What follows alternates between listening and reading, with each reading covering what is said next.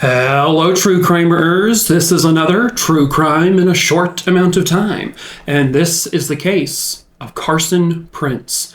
Viewer discretion is advised.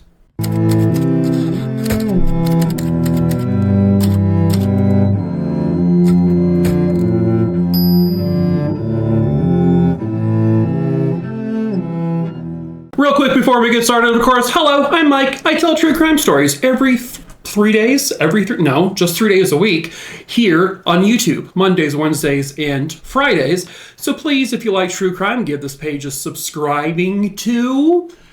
Words are hard, always. And also give this video a like so it gets pushed out to more people. I'm also probably more known over on TikTok, where I have about 3 million or so followers.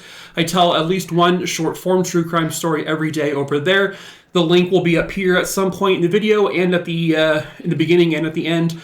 And then also, I will have it linked in the link tree in the description of this video below, where I also have my Discord server. Feel free to join it. Be over the age of 18. I also sell merch. We ship all over the world. And then lastly, if there's a case you want me to cover, please just email me at makingatruecrimerertwo. That'll also be listed below. Send me the name of the person it happened to, where it happened, when it happened, and I will add it to my list. I pick my cases that I cover at random. I will cover that one eventually.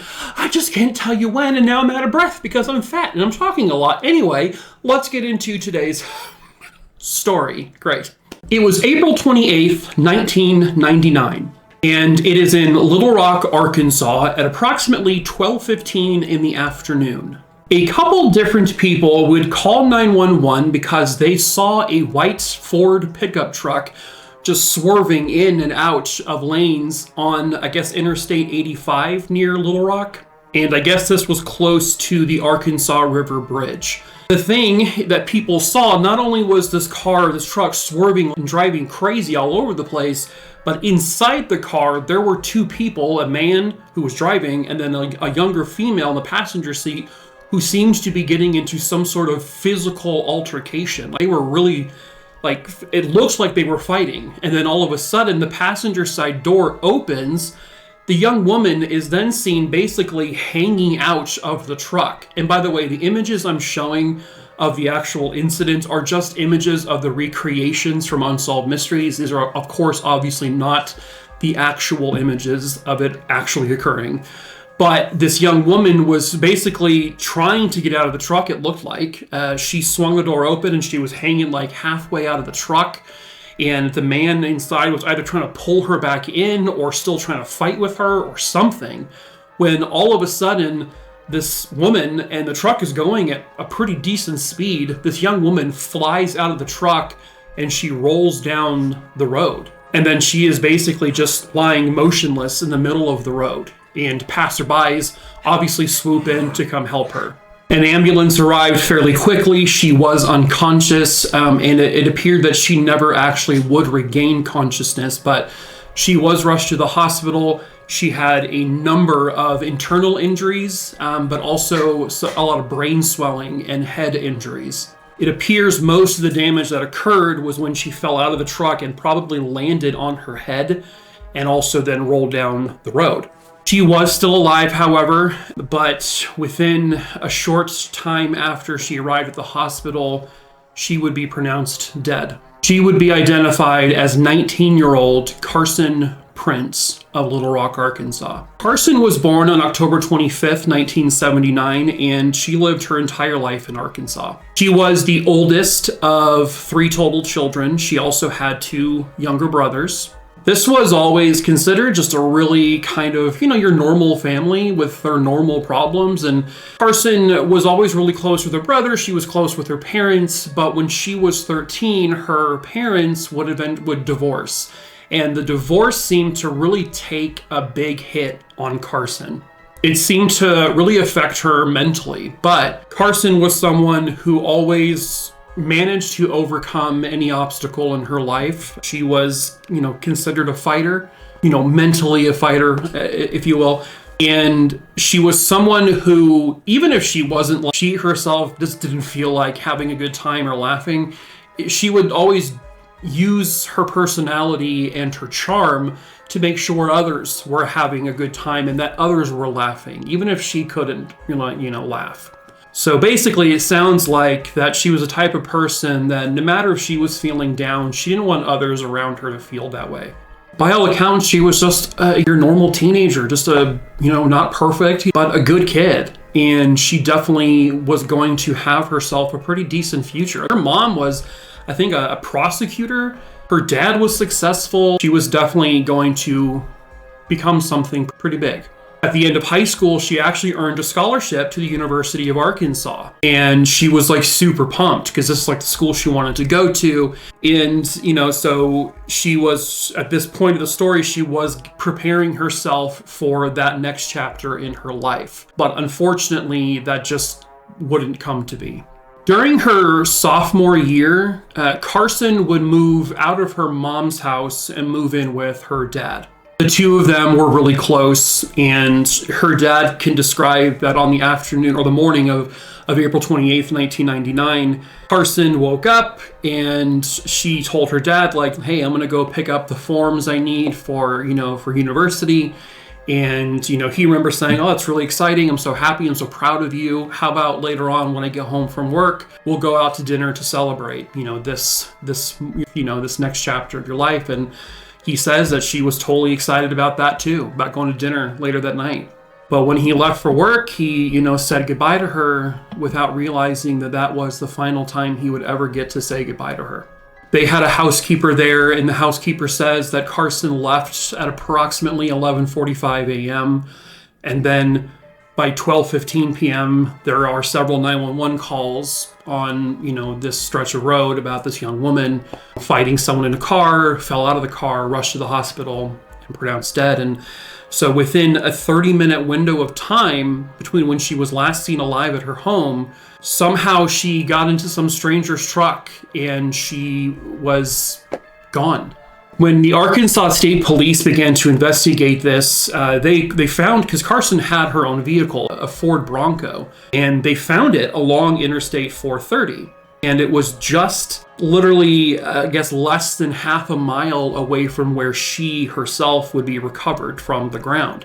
The odd thing was that her vehicle was in the opposite direction of the direction she was supposedly supposed to be going, because she was supposed to be going to pick up forms, but the positioning of her vehicle, the side of the road her vehicle was on, was basically indicating she was already on her way back to her home. This was, half an hour or so after, less than a half an hour really, depending on when she got into this other vehicle. So they don't really know why that was, what changed, why her itinerary may have been switched up. But the other strange thing is that I think, from what I understand, her car was out of gas, and that's why it was stopped on the side of the road. She was less than half a mile away from a gas station. She could probably even see it, possibly from a distance, but she didn't walk to it, which is what her parents found very strange. Witnesses would come forward to state that some of these witnesses saw the Ford Bronco on the side of the road with the young woman basically outside of the car, and she was kind of just standing there looking like she was wondering what she was going to do at this point. And then within a minute or two, other witnesses said they saw the same thing, but now there is a white Ford pickup truck parked in front of her, and then a man is standing outside talking to this young woman outside of her vehicle. The man appears to be holding some kind of gas can. And then according to the other witnesses who were calling 911 about the erratic driving on the road, it basically matched the description of the white truck seen parked in front of her Ford that was then seen driving crazily on the road. So who was that man? Who stopped to seemingly help her, and then she ends up in his truck and then at 70 miles an hour falls out of his truck and dies? Well, the description of the man, the description of the truck didn't match anyone that was familiar to her parents. They also said that was extremely unlike Carson to just get into some stranger's vehicle on the side of the road. They don't know why she would have done that. So that's what they kind of thought, well, someone probably took her against her will. One of the leads they had was that she had a very up and down relationship with a man that she met while working at a country club nearby. And her friends are always like, you gotta break up with this guy. This guy is no good for you. but she was apparently smitten with him and didn't really want to necessarily break up with him. But the man, this guy, was known as he was rumored to be a drug dealer in the area. And so he was kind of on police radar even before this incident took place. Well, allegedly, the day before this murder took place, her boyfriend was arrested for drug charges. Carson was actually mad at her mom when this happened because her mom was a district attorney. She thought maybe she had had something to do with her boyfriend getting arrested because, no one seemed to like him. Now, her boyfriend was released that same day, and so 12 hours after he's released, Carson ends up dead. However, he didn't drive a white Ford pickup truck. And one of the witnesses got some numbers off the license plate of the Ford truck, which was 274, and it was an Arkansas plate. The plate number did not match the same plate number that her boyfriend had, despite also not being the same vehicle at all. So the boyfriend was actually completely ruled out. They also suspected, well, maybe Carson had a stalker. She was this beautiful young woman, and certainly there were several men who probably noticed her. Maybe one of them was following her or stalking her. Maybe she was in this situation trying to get away from him. But ultimately, what it came down to was that police believed, based on all of the witness testimonies, that this wasn't like a situation where someone was stalking her or following her. Her car legitimately ran out of gas on the side of the road, which if someone was stalking her, could not have necessarily accounted for.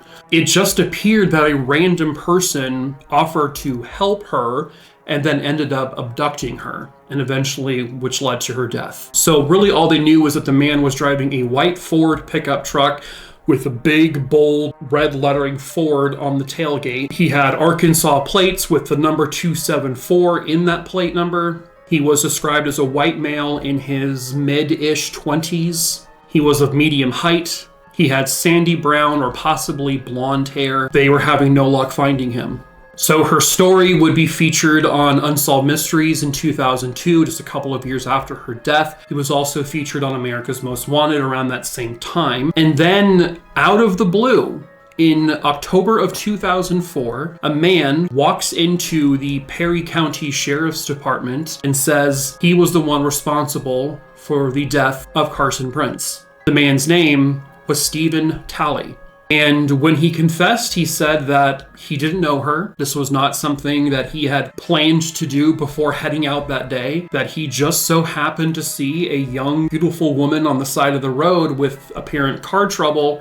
And he decided then that he was going to take this young woman and sexually assault her. He somehow got her into his truck. Within moments of her being in that truck, she realized that he was about to do something really, really bad to her. And so she begins to freak out and panic. She begins trying to open the door, which is then when all of the witnesses start to see this fight going on between the man and the woman in this truck, this struggle, the door opening and closing, and then the woman hanging out of the car. This was Carson trying to get away from this man, who she then realized was going to do something bad to her. That's when he says he pulls out a gun and he points it at her as she's basically halfway out of the truck. He says kind of startles her, and she may have wanted to try getting back in the truck, but at that point she was so far out of it that she fell, and she then smashed her head onto the pavement and then rolled down the road.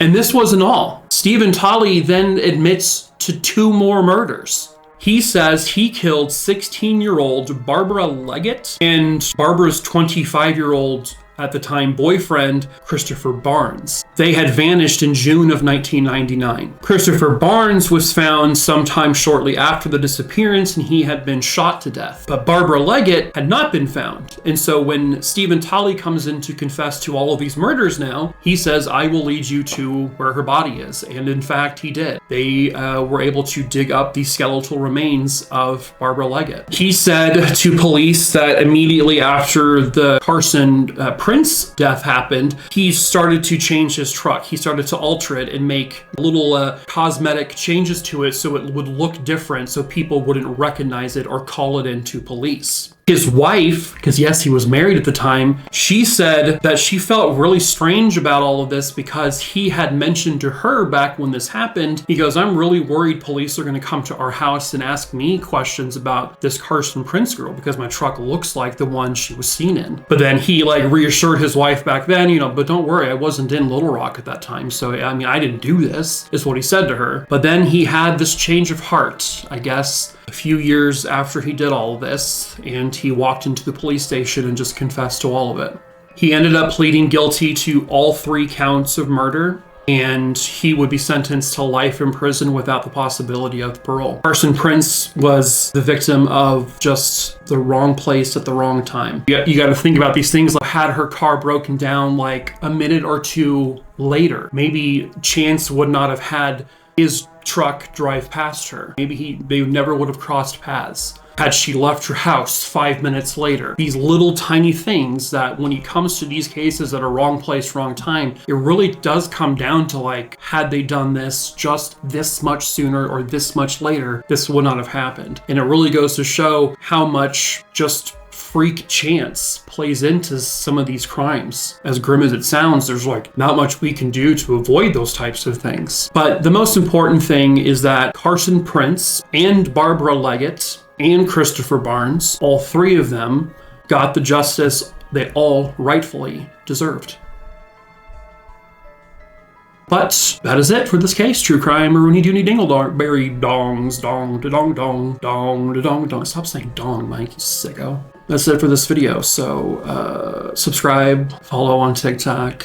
And as usual, Molly wants to say goodbye to you. What do you say? You. Well, that was rude.